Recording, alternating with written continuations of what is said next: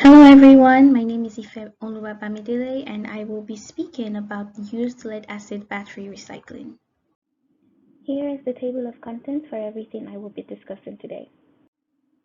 And the purpose of this project is to raise awareness about the contamination properties of lead and to propose solutions to this pollution without cutting off a source of income for people in low to middle income countries. So lead-acid battery is simply a type of rechargeable battery. It is simply constructed and has very simple components. And as at now, the global recycling rate for lead-acid batteries is approaching 99%. So it is very popularly used.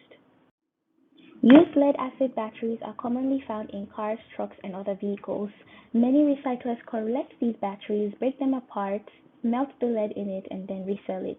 These recycling activities, however, are often conducted in informal, unlicensed, and usually illegal open-air operations close to homes and schools and end up polluting them. So essentially, lead acid batteries are not the problem themselves. It is the unsound recycling of these used lead acid batteries that poses a concern and is one of the most concerning sources of lead exposure. The health risks commonly associated with lead poisoning are including vulnerability to cognitive ability decline, lower IQ scores, diminished academic achievement, and behavioral problems. And this is because lead poisoning affects cognitive and neurological development. The picture on the left is a comparison between US children that have been poisoned by lead or that are lead exposed and those who are not exposed to lead. Here is simply a graphical abstract that shows how lead inhibits our brains at the neurological and cellular level. And again, on the right is another diagram that just shows the effects of blood lead levels in children and adults. I encourage you again to pause here just so you can study how badly lead affects us. Usually, lead poisoning is pretty hard to spot because it develops very gradually. But when it does develop, here are some signs and symptoms that show that a child has been poisoned by lead. And here is an abstract from a study done in children in Senegal. Between November 2007 and March of 2008, in the space of about 5 months, 18 children died because of lead poisoning. And after studying 81 individuals related to the deceased children, they were able to figure out that many of these children died as a result of lead poisoning because these family members also showed signs of this same poisoning. Now, for anyone wondering why we cannot simply ban lead acid batteries, this is because there are no currently safe alternatives. Nickel cadmium batteries are more expensive than lead acid batteries and also are pretty toxic because of the cadmium. And also, lead acid batteries are a source of income for many in these developing countries. The first professional that I interviewed is an operations analyst at Goldman Sachs, and here are just a few of the things that she is involved in day to day. Her suggestion included providing resources to make the operation safe, such as protective equipment and also a separate facility apart from residential areas to where workers can perform their recycling of these lead acid batteries. She also suggested, of course, that education is key, so educate both the children and the workers, everyone involved really in the community. And of course, regular testing for those who are involved in the recycling of these used lead acid batteries and also good health care for those who are already impacted. In addition, it is important to raise awareness by getting companies like Goldman Sachs to partner with NGOs in these low to middle income countries through company initiatives like community service. Another way to get companies involved is to compare the issue with what happened in Flint, Michigan, and encourage them to help because low to middle income countries have lower incomes, of course, and a lack of access to resources compared to Americans. Some limitations to this approach involve getting major companies in the US to care about what is going on in these countries, in Ghana, Bangladesh, and Senegal. In addition, how do we find NGOs already in these countries that can partner with companies in the US to solve these problems? The next professional I approached is a civil engineer who is involved in designing major transportation projects for the Middle East and Africa.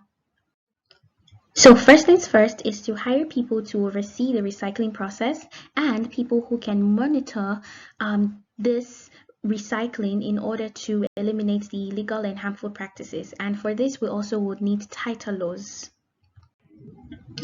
Also, similar to something that is being done in Agbogboshi, Ghana, you need to support this trade by building facilities that enable it and not restrict it. Also, if possible, ask the workers to take shifts in order to reduce exposure. So perhaps don't work daily. And again, protective equipment is very important. And again, education is key. Constant health checks are necessary, and educate them to not take work home with them. That's the workers. And one major statement that the engineer mentioned is that if nuclear power plants can be maintained, then pollution from used lead acid battery recycling can definitely be contained as well. So this is not an impossible task. The next professional I interviewed doubles as a web developer and as a project manager who is involved in organizing tasks, assembling teams, planning budgets, and developing project ideas. So his approach also involved isolation, moving it to a different location, and making it next to a water source so the workers can clean up before they leave. Also, to reduce cost, it is best to use old containers like the one shown in this picture or old school buses. He also suggested, which I think is innovative, to paint the insides of these containers or of these workshops white just to help catch when there is contamination that needs to be cleaned. And just to show that the idea of a lead acid battery recycling plant is not new, here is a news article that was published very, very recently that talks about a lab recycling plant in the UK.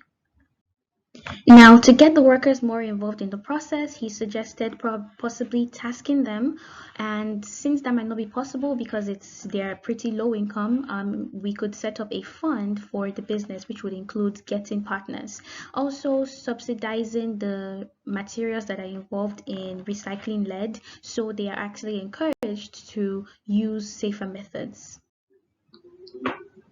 Now, limitations of this include capturing harmful gases, because how is the black smoke that is shown at the bottom going to be changed into the white smoke? You would need to build sophisticated recycling power plants, again, which is going to cost a huge amount of money. So after comparing all three approaches, the most common solutions are finding a funding source, educating the recyclers and everyone in the community, isolating the process so it does not bother an entire community, and providing protective gear for those who are recycling. Already, some of these methods are being used in Agbogboshi in Ghana. There is education going on to let them know how bad it is to burn plastic, and protective gear is already been given, and you also have a processing plant, a recycling plant that helps to make the work easier and less toxic. The most important lessons I learned is how bad lead poisoning is and the fact that it is an epidemic. Most of the approaches provided by the professionals were similar, and similar to what I also thought about. Isolation and education are the most common, and awareness is key to conquering this problem. And here is just a summary of what again is going on. Hundreds of millions of children are being poisoned by lead, and this is something that should command an urgent international response.